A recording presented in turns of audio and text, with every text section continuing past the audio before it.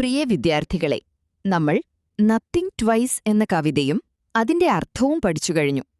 ഈ പാഠഭാഗത്തെ പ്രധാനപ്പെട്ട ചോദ്യങ്ങളും അവയുടെ ഉത്തരങ്ങളുമാണ് നമ്മൾ ഈ ക്ലാസ്സിലൂടെ ചർച്ച ചെയ്യുന്നത്. Let's rewind and rejoice. Question number 1. What is the significance of the line, "Nothing can ever happen twice"? ഒന്നും തന്നെ രണ്ട് തവണ സംഭവിക്കുന്നില്ല എന്ന വരിയുടെ പ്രാധാന്യമെന്താണ്? Answer. This line means that every moment in our life is unique and it will never repeat. നമ്മുടെ ജീവിതത്തിലെ ഓരോ നിമിഷവും സവിശേഷമാണെന്നും അതൊരിക്കലും ആവർത്തിക്കില്ലെന്നുമാണ് ഈ വരി അർത്ഥമാക്കുന്നത്. Question number 2. What does the word course refer to in the second stanza? രണ്ടാമത്തെ സ്റ്റാൻസയിലെ കോഴ്സ് എന്ന വാക്ക് എന്താണ് സൂചിപ്പിക്കുന്നത്? Answer. The word course refer to the course of life. Course എന്ന വാക്ക് ജീവിതം എന്ന പാഠ്യപദ്ധതിയെയാണ് സൂചിപ്പിക്കുന്നത്. Question number 3. What does the poet mean by the words, "This course is only offered once"? ഈ course ഒരിക്കൽ മാത്രമേ നൽകപ്പെടുന്നുള്ളൂ എന്നതുകൊണ്ട് കവി എന്താണ് ഉദ്ദേശിക്കുന്നത്? Answer. It means we get only one chance to live our life and we can't repeat it. നമുക്ക് ജീവിക്കാൻ ഒരവസരം മാത്രമേ ലഭിക്കുന്നുള്ളൂ എന്നും അത് വീണ്ടും ആവർത്തിക്കാൻ കഴിയില്ലെന്നുമാണ് ഇതിനർത്ഥം. Question number 4. How does the poem reveal the uniqueness of each day? ഓരോ ദിവസത്തിന്റെയും സവിശേഷത കവിത എങ്ങനെയാണ് വെളിപ്പെടുത്തുന്നത്? Answer. The poet says that no day copies yesterday and no two nights are the same. ഒരു ദിവസവും തലേ ദിവസത്തിന്റെ പകർപ്പല്ലെന്നും ഒരേപോലെയുള്ള രണ്ട് രാത്രികൾ ഉണ്ടാകില്ലെന്നും കവി പറയുന്നു. Question number 5. When does the poet feel that a rose has been flung into the room? മുറിയിലേക്ക് ഒരു റോസാപ്പൂവ് എറിഞ്ഞതായി കവിക്ക് എപ്പോഴാണ് തോന്നുന്നത്? Answer. The poet feels so when someone mentions the name of the beloved person. പ്രിയപ്പെട്ട ഒരാളുടെ പേര് ആരെങ്കിലും പരാമർശിക്കുമ്പോഴാണ് കവിക്ക് അങ്ങനെ തോന്നുന്നത്. Question number 6. Why can't the poet help looking at the clock? കവിക്ക് ക്ലോക്കിലേക്ക് നോക്കാതിരിക്കാൻ കഴിയാത്തത് എന്തുകൊണ്ട്? Answer. The poet looks at the clock because time is moving very fast. സമയം വളരെ വേഗത്തിൽ കടന്നുപോകുന്നതിനാലാണ് കവി ക്ലോക്കിലേക്ക് നോക്കുന്നത്. Question number 7. Why does the poet ask us not to treat the fleeting day with fear and sorrow? കടന്നുപോകുന്ന ദിവസത്തെ ഭയത്തോടും സങ്കടത്തോടും കൂടി കാണരുത് എന്ന് കവി പറയുന്നത് എന്തുകൊണ്ട്? Because it is the nature of time to move on and today will be gone tomorrow. സമയത്തിന്റെ സ്വഭാവം മുന്നോട്ടു പോകുക എന്നതാണെന്നും ഇന്നത്തെ ദിവസം നാളെ ഇല്ലാതാകുമെന്നും ഉള്ളതുകൊണ്ടാണിത്. Question number 8. What does the line, "Today is always gone tomorrow" tell us about the nature of time? ഇന്ന് നാളെ ഇല്ലാതാകും എന്ന വരി സമയത്തിന്റെ സ്വഭാവത്തെക്കുറിച്ച് എന്താണ് പറയുന്നത്? Answer.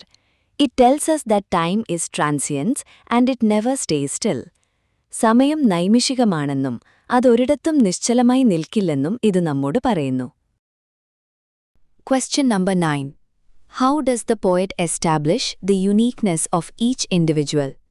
ഓരോ വ്യക്തിയുടെയും സവിശേഷത കവി എങ്ങനെയാണ് സ്ഥാപിക്കുന്നത്? Answer. The poet compares individuals to two drops of water which look same but are different. കാഴ്ചയിൽ ഒരുപോലെ തോന്നുമെങ്കിലും വ്യത്യസ്തങ്ങളായ രണ്ട് തുള്ളി വെള്ളത്തോടാണ് കവി വ്യക്തികളെ ഉപമിക്കുന്നത്.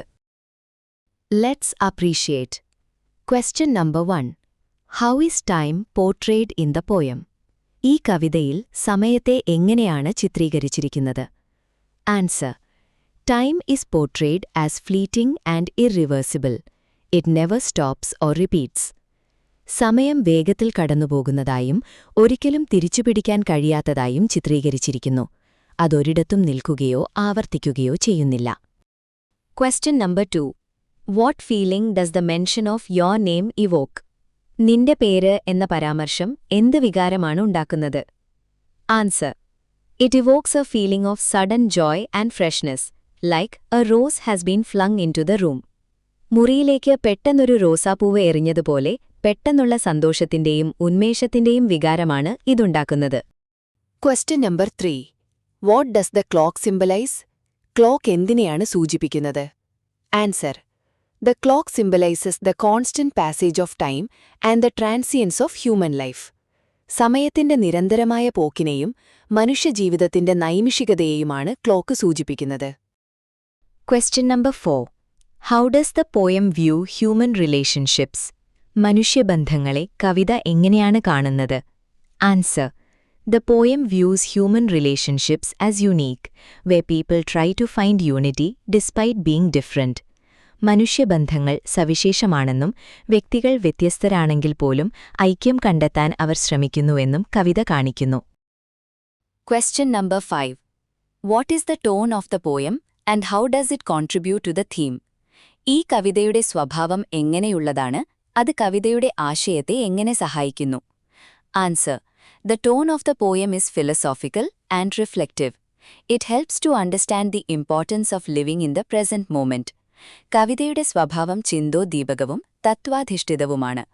ഓരോ നിമിഷവും വിലപ്പെട്ടതാണെന്നും വർത്തമാനകാലത്തിൽ ജീവിക്കേണ്ടത് പ്രധാനമാണെന്നും മനസ്സിലാക്കാൻ ഇത് സഹായിക്കുന്നു. Question number 6. The poem emphasizes the importance of enjoying every moment in life. Do you agree? Discuss. ജീവിതത്തിലെ ഓരോ നിമിഷവും ആസ്വദിക്കേണ്ടതിന്റെ പ്രാധാന്യം ഈ കവിത ഊന്നിപ്പറയുന്നു. നിങ്ങളതോട് യോജിക്കുന്നുണ്ടോ? വിശദീകരിക്കുക. ചർച്ച ചെയ്യുക. Answer. Yes, I agree. Life is short and moments never repeat, so we should cherish every second without fear. അതെ, ഞാൻ യോജിക്കുന്നു. ജീവിതം ചെറുതാണ്. നിമിഷങ്ങൾ ഒരിക്കലും ആവർത്തിക്കില്ല. അതിനാൽ ഭയമില്ലാതെ ഓരോ നിമിഷത്തെയും നമ്മൾ സ്നേഹത്തോടെ സ്വീകരിക്കണം. Let's recall and recreate. Activity 1. A. Now list the instances of imagery and mention their significance in the poem. ഇപ്പോൾ ദൃശ്യബിംബങ്ങളുടെ ഇമേജറിയുടെ ഉദാഹരണങ്ങൾ എഴുതുകയും അവയുടെ പ്രാധാന്യം പറയുകയും ചെയ്യുക. Answer.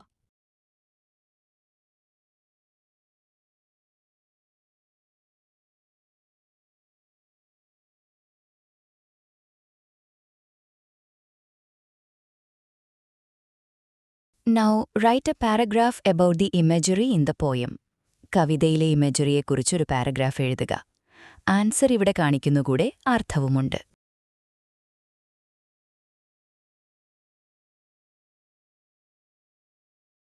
Activity 2. A. Complete the following worksheet.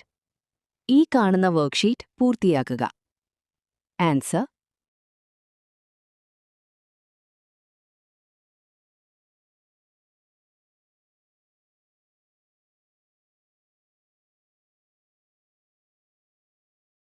B. Now, write a note of appreciation of the poem using the details in the worksheet. വർക്ക്ഷീറ്റിലെ വിവരങ്ങൾ ഉപയോഗിച്ച് കവിതയെക്കുറിച്ചൊരു അഭിനന്ദനക്കുറിപ്പ് എഴുതുക.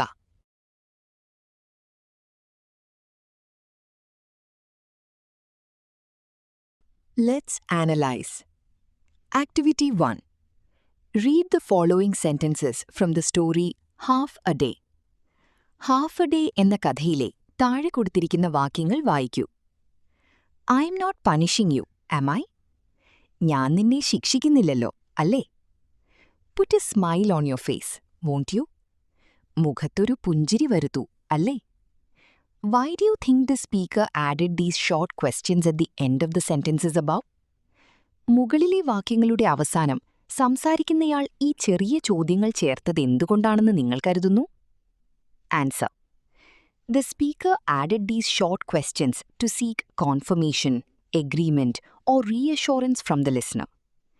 കേൾവിക്കാരനിൽ നിന്ന് കാര്യങ്ങൾ ഉറപ്പുവരുത്താനോ അവരുടെ സമ്മതം നേടാനോ അല്ലെങ്കിൽ ആശ്വാസം നൽകാനോ വേണ്ടിയാണ് സംസാരിക്കുന്നയാൾ ഈ ചെറിയ ചോദ്യങ്ങൾ ചേർത്തത്. They make the conversation more interactive. ഇത് സംഭാഷണം കൂടുതൽ സജീവവും പരസ്പര സഹകരണത്തോടെയുമുള്ളതാക്കുന്നു. Analyze the following sentences and find the relation between the verb phrase in each statement and the question tag. താഴെ കൊടുത്തിരിക്കുന്ന വാക്യങ്ങൾ വിശകലനം ചെയ്ത് ഓരോ പ്രസ്താവനയിലുമുള്ള verb phraseനും question tagനും ഇടയിലെ ബന്ധം കണ്ടെത്തുക. Note these in the space provided. അവ നൽകിയിരിക്കുന്ന ഇടത്തിൽ എഴുതുക. Now, complete the conversation. ഇനി സംഭാഷണം പൂർത്തിയാക്കുക.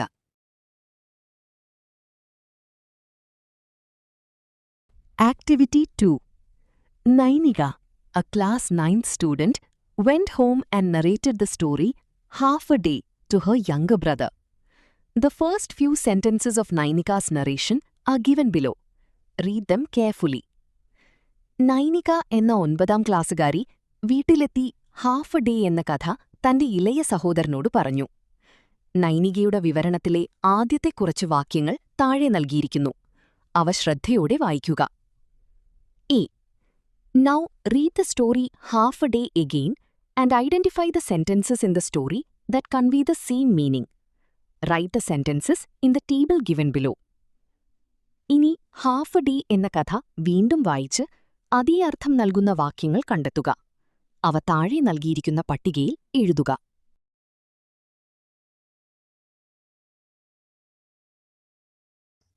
Where do we use the passive voice?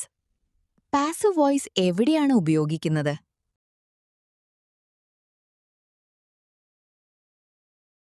B. The following sentences are taken from a few real-life situations in which the passive voice is used. താഴെ നൽകിയിരിക്കുന്ന വാക്യങ്ങൾ passive voice ഉപയോഗിക്കുന്ന ചില യഥാർത്ഥ ജീവിത സാഹചര്യങ്ങളിൽ നിന്ന് എടുത്തവയാണ്. Match the sentences in passive voice to the corresponding situation. Passive വോയ്സിലുള്ള വാക്യങ്ങളെ അനുയോജ്യമായ സാഹചര്യങ്ങളുമായി ചേർക്കുക.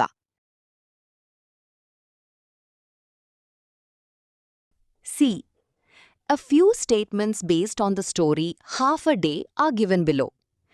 Analyze them and note the change in the form of the verb. Half A day എന്ന കഥയെ അടിസ്ഥാനമാക്കിയ ചില പ്രസ്താവനകൾ താഴെ നൽകിയിരിക്കുന്നു. അവ വിശകലനം ചെയ്ത് ക്രിയയുടെ രൂപത്തിലുള്ള മാറ്റം ശ്രദ്ധിക്കുക.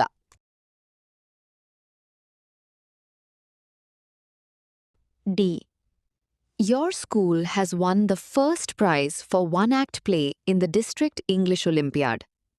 A journalist noted the following points for a news report. നിങ്ങളുടെ സ്കൂൾ ജില്ലാ ഇംഗ്ലീഷ് ഒളിമ്പ്യാഡിൽ ഏകാംഗ നാടകത്തിനുള്ള 1ാം സമ്മാനം നേടി. ഒരു വാർത്താ റിപ്പോർട്ടിനായി ഒരു മാധ്യമപ്രവർത്തകൻ താഴെ പറയുന്ന കാര്യങ്ങൾ കുറിച്ചുവച്ചു. Help the journalist develop the hints into a news report. സൂചനകളെ അടിസ്ഥാനമാക്കി ഒരു വാർത്താ റിപ്പോർട്ട് തയ്യാറാക്കാൻ മാധ്യമപ്രവർത്തകനെ സഹായിക്കുക.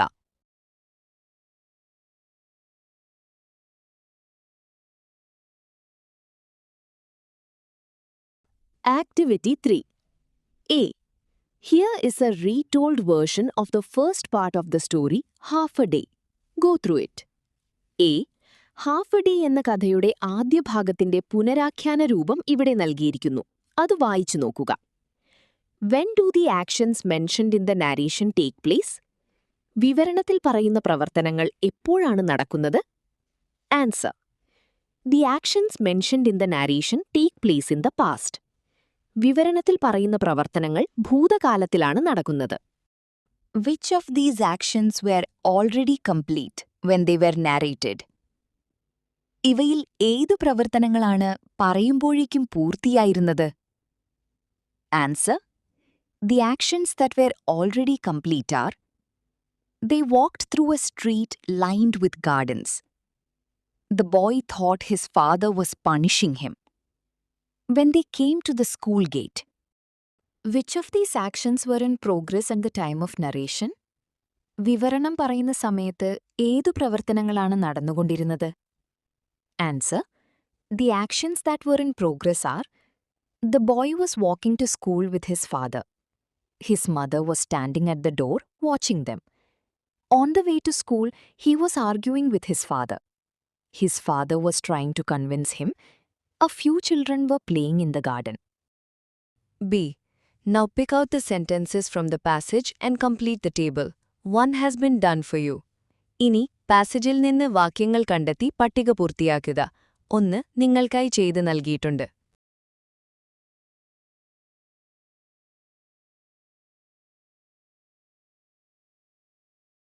How did you differentiate between the two types of sentences? രണ്ട് തരത്തിലുള്ള വാക്യങ്ങളെ നിങ്ങൾ എങ്ങനെയാണ് തിരിച്ചറിഞ്ഞ് വേർതിരിച്ചത്? Answer: We can differentiate them by looking at the structure of the verbs. One type uses the simple past form, while the other uses was or were plus ing form.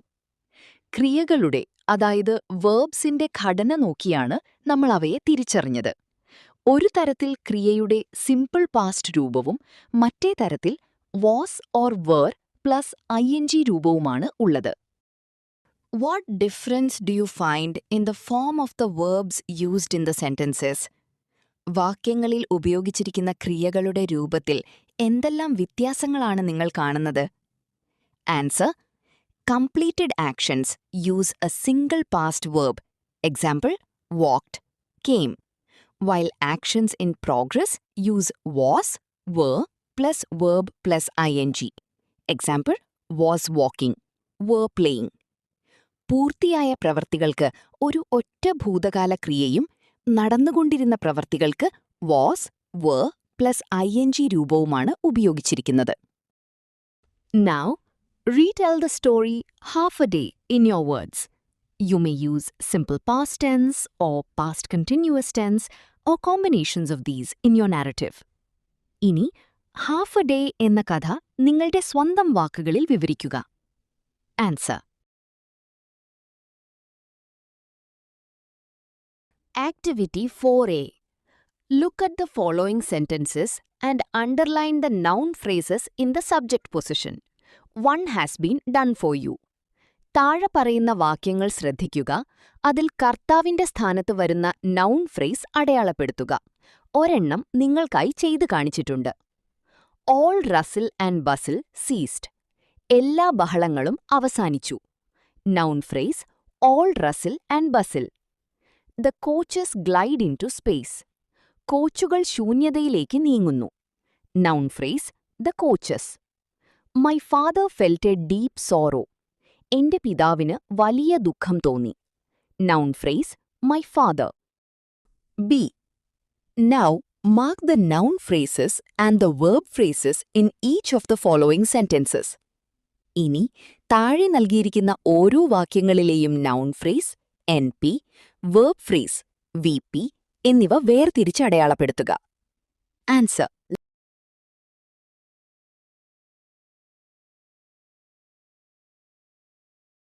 Let us play with words. Activity 1. ചോദ്യം: Solve the word puzzle. The clues given below will help you. ഈ പദപ്രശ്നം പൂരിപ്പിക്കുക. താഴെ നൽകിയിരിക്കുന്ന സൂചനകൾ നിങ്ങളെ സഹായിക്കും.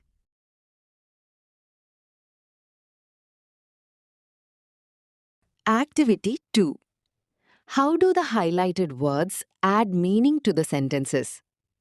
Bold ചെയ്ത് നൽകിയിരിക്കുന്ന വാക്കുകൾ വാക്യങ്ങൾക്ക് എങ്ങനെയാണ് കൂടുതൽ അർത്ഥം നൽകുന്നത്? Answer: They describe the nouns that follow them and give more information about them. Such words are called adjectives. അവയ്ക്ക് ശേഷം വരുന്ന നാമപദങ്ങളെ വിശേഷിപ്പിക്കാനും അവയെക്കുറിച്ച് കൂടുതൽ വിവരങ്ങൾ നൽകാനുമാണ് ഈ വാക്കുകൾ ഉപയോഗിക്കുന്നത്. ഇത്തരം വാക്കുകളെ adjectives എന്ന് വിളിക്കുന്നു. A. Now go through the following passage, identify the adjectives and note them down. താഴെ നൽകിയിരിക്കുന്ന ഖണ്ഡിക വായിച്ച് അതിലെ വിശേഷണങ്ങൾ കണ്ടെത്തി എഴുതുക. B. Now look at the following sentence from the story, half a day. What are such descriptive terms called? ഇത്തരം വിവരണാത്മകമായ പദങ്ങളെ എന്താണ് വിളിക്കുന്നത്?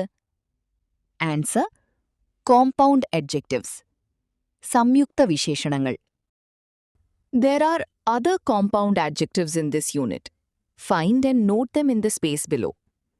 ഈ യൂണിറ്റിൽ മറ്റു സംയുക്ത വിശേഷണങ്ങളുമുണ്ട്. അവ കണ്ടെത്തി താഴെ നൽകിയിരിക്കുന്ന ഇടത്തിൽ എഴുതുക.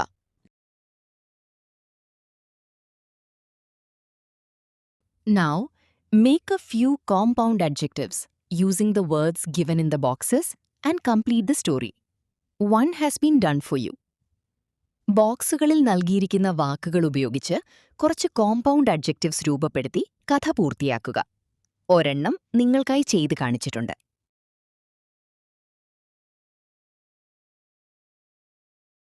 Activity 3. Do the words unbearable, enjoyable, and extremely convey the same meaning as their root forms bear, enjoy, and extreme? അതായത് അൺബെയറബിൾ, എൻജോയബിൾ, എക്സ്ട്രീംലി എന്നീ വാക്കുകൾ അവയുടെ അടിസ്ഥാന വാക്കുകളായ ബെയർ, എൻജോയ്, എക്സ്ട്രീം എന്നിവയുടെ അതേ അർത്ഥം തന്നെയാണോ നൽകുന്നത്? Answer: No, they do not convey the same meaning. The addition of prefixes and suffixes changes or adds new shades of meaning to the root words. ഇല്ല, അവ ഒരേ അർത്ഥമല്ല നൽകുന്നത്. വാക്കുകളുടെ മുന്നിലോ പിന്നിലോ പുതിയ അക്ഷരങ്ങൾ ചേർക്കുമ്പോൾ അവയുടെ അർത്ഥത്തിൽ മാറ്റം വരുന്നു. Now, complete the table by adding suitable affixes to the words taken from the above passage. ഇനി മുകളിലെ ഖണ്ഡികയിൽ നിന്നുള്ള വാക്കുകളിൽ അനുയോജ്യമായ കൂട്ടിച്ചേർക്കലുകൾ നടത്തി താഴെയുള്ള പട്ടിക പൂർത്തിയാക്കുക. What happens when affixes are added to words? വാക്കുകളിൽ അഫിക്സുകൾ ചേർക്കുമ്പോൾ എന്താണ് സംഭവിക്കുന്നത്? Answer: Now, create new words by adding the affixes in the box to the words given. ബോക്സിൽ നൽകിയിരിക്കുന്ന അഫിക്സുകൾ വാക്കുകളോട് ചേർത്ത് പുതിയ വാക്കുകൾ രൂപപ്പെടുത്തുക. Can all affixes be added to all words? എല്ലാ അഫിക്സുകളും എല്ലാ വാക്കുകളോടും ചേർക്കാൻ കഴിയുമോ? Answer: No, all affixes cannot be added to all words. Affixes must combine with root words according to specific grammatical rules and meaningful usage. ഇല്ല, എല്ലാ അഫിക്സുകളും എല്ലാ വാക്കുകളോടും ചേർക്കാൻ കഴിയില്ല. വ്യാകരണ നിയമങ്ങൾക്കും അർത്ഥത്തിനും അനുയോജ്യമായ രീതിയിലാണ് അവ ചേർക്കേണ്ടത്. Now, complete the given narrative, adding appropriate affixes to the words given in the box. ബോക്സിൽ നൽകിയിരിക്കുന്ന വാക്കുകൾക്ക് അനുയോജ്യമായ ആഫിക്സുകൾ ചേർത്ത് നൽകിയിരിക്കുന്ന വിവരണം പൂർത്തിയാക്കുക. Let's converse. Activity 1. While walking to school, the boy expresses his fears about school. Father tries to convince him about the importance of education. Read the following conversation between the boy and his father. സ്കൂളിലേക്ക് നടക്കുന്നതിനിടെ ആൺകുട്ടി സ്കൂളിനെക്കുറിച്ചുള്ള തന്റെ ഭയങ്ങൾ പ്രകടിപ്പിക്കുന്നു. വിദ്യാഭ്യാസത്തിന്റെ പ്രാധാന്യത്തെക്കുറിച്ച് പിതാവ് അവനെ ബോധ്യപ്പെടുത്താൻ ശ്രമിക്കുന്നു. താഴെ കൊടുത്തിരിക്കുന്ന ആൺകുട്ടിയുടെയും പിതാവിന്റെയും സംഭാഷണം വായിക്കുക. കുട്ടികളെ, ഈ ചോദ്യം മുഴുവൻ ഞാൻ വായിക്കുന്നില്ല, അർത്ഥം പറഞ്ഞുതരാം. ഇവിടെ ആൺകുട്ടി സ്കൂൾ ജീവിതത്തെക്കുറിച്ച് തന്റെ പിതാവിന്റെ അഭിപ്രായം ചോദിക്കുകയാണ്. പിതാവ് തന്റെ അഭിപ്രായം പറഞ്ഞ് അവനെ ബോധ്യപ്പെടുത്താൻ ശ്രമിക്കുന്നു. മറ്റൊരാളുടെ അഭിപ്രായം ചോദിക്കാനും സ്വന്തം അഭിപ്രായം പറയാനും സംഭാഷണത്തിൽ ഉപയോഗിച്ചിരിക്കുന്ന പ്രയോഗങ്ങൾ ഏവയാണ്? അവ എഴുതുക. A few expressions for seeking and stating opinions are given below. Read them. അഭിപ്രായങ്ങൾ ചോദിക്കാനും പറയാനും ഉപയോഗിക്കുന്ന ചില പ്രയോഗങ്ങൾ താഴെ നൽകിയിരിക്കുന്നു. അവ വായിക്കുക. Now, arrange them in the respective columns. One has been done for you. ഇനി അവയെ അനുയോജ്യമായ കോളങ്ങളിലായി ക്രമീകരിക്കുക. ഒരെണ്ണം നിങ്ങൾക്കായി ചെയ്തു കാണിച്ചിട്ടുണ്ട്. കുട്ടികളെ, ഞാനിവിടെ 2 ഗോളങ്ങളിലുള്ളത് ഡിസ്പ്ലേയിൽ കൊള്ളാനാണ് ഇങ്ങനെ 2 ഭാഗങ്ങളാക്കി നൽകിയത്. നിങ്ങൾ എഴുതുമ്പോൾ താഴോട്ട് എഴുതിയാൽ മതി. ഇതിൽ 3 എണ്ണം മാത്രം സീക്കിങ്ങിൽ വരികയുള്ളൂ. മറ്റേതു മുഴുവൻ സ്റ്റാറ്റിങ്ങിലാണ്. Okay? See, what is your opinion about the ending of the story? Seek the opinion of your friends too. You may use the expressions given above in Activity 1B. കഥയുടെ അവസാനത്തെക്കുറിച്ചുള്ള നിങ്ങളുടെ അഭിപ്രായം എന്താണ്? നിങ്ങളുടെ സുഹൃത്തുക്കളുടെ അഭിപ്രായവും ചോദിക്കുക. ആക്ടിവിറ്റി 1Bയിൽ നൽകിയിരിക്കുന്ന പ്രയോഗങ്ങൾ ഉപയോഗിക്കാം. Activity 2. A. Read the following sentence from Selma Lagerlof's banquet speech. Selma ലാഗർലോഫിന്റെ വിരുന്നു പ്രസംഗത്തിൽ നിന്നുള്ള താഴെ നൽകിയിരിക്കുന്ന വാക്യം വായിക്കുക. Think of all those in foreign lands who have worked for me. എനിക്കായി പ്രവർത്തിച്ച വിദേശ രാജ്യങ്ങളിലെ എല്ലാവരെയും കുറിച്ച് ചിന്തിക്കുക. I owe them gratitude, Father, both for their praise and for their censure. അവരുടെ പ്രശംസയ്ക്കും വിമർശനത്തിനും ഞാൻ അവരോട് നന്ദിയുള്ളവളാണ് ഛ. Note the expression the speaker uses to show her gratitude. സംസാരിക്കുന്ന വ്യക്തി തന്റെ നന്ദി പ്രകടിപ്പിക്കാൻ ഉപയോഗിച്ചിരിക്കുന്ന പ്രയോഗം ശ്രദ്ധിക്കുക. B. What other expressions can we use to show gratitude? A few are given in the box below. Find more and add them to the list. നന്ദി പ്രകടിപ്പിക്കാൻ നമുക്ക് ഉപയോഗിക്കാവുന്ന മറ്റു പ്രയോഗങ്ങൾ എന്തൊക്കെയാണ്? ചിലത് താഴെയുള്ള ബോക്സിൽ നൽകിയിട്ടുണ്ട്. കൂടുതൽ കണ്ടെത്തി പട്ടികയിലേക്ക് ചേർക്കുക. C. We can use gratitude cards to express our appreciation of any act of kindness and assistance. Here's a sample card. ആരുടെയെങ്കിലും ദയയ്ക്കും സഹായത്തിനും നന്ദിയും അഭിനന്ദനവും അറിയിക്കാൻ നമുക്ക് ഗ്രാറ്റിറ്റ്യൂഡ് കാർഡുകൾ ഉപയോഗിക്കാം. ഇതാ ഒരു മാതൃകാ card. Prepare a gratitude card thanking your parents or friends for their love and support. നിങ്ങളുടെ മാതാപിതാക്കൾക്കോ സുഹൃത്തുക്കൾക്കോ അവരുടെ സ്നേഹത്തിനും പിന്തുണയ്ക്കും നന്ദി അറിയിച്ച് ഒരു ഗ്രാറ്റിറ്റ്യൂഡ് കാർഡ് തയ്യാറാക്കുക. കുട്ടികളെ, ഇതോടെ നമ്മുടെ പാഠഭാഗത്തിലെ എല്ലാ പ്രവർത്തനങ്ങളും നാം ചർച്ച ചെയ്തു കഴിഞ്ഞു. നിങ്ങൾക്ക് വീഡിയോ ഉപകാരപ്രദമായാൽ തീർച്ചയായും ലൈക്ക് ചെയ്ത് സപ്പോർട്ട് ചെയ്യണം. പുതിയൊരു വീഡിയോയുമായി വീണ്ടും കാണാം. നന്ദി.